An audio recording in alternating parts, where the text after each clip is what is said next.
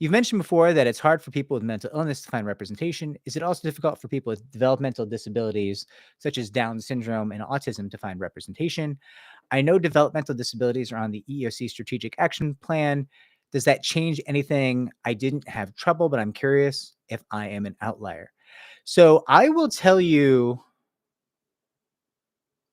that I don't even know how to say this without sounding like a bigot. People, I've noticed, have an overwhelming desire to help individuals with Down syndrome. So when I was like a kid, I worked at a newspaper, and I did like some sports reporting on Special Olympics. And obviously people with Down syndrome are just human beings. They're all different, right? But a lot of people perceive folks with Down syndrome, living with Down syndrome, to be super likable and friendly. And there's like this outpouring of love for people who are dealing with Down syndrome.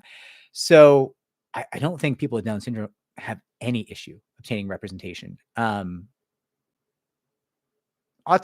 it's a spectrum, right? There's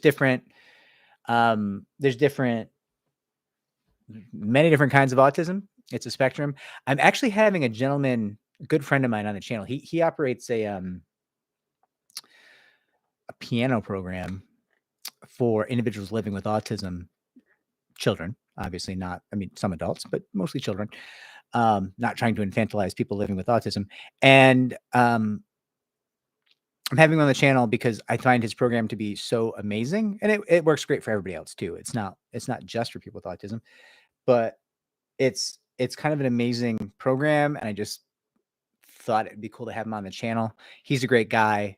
He's been doing this for decades. So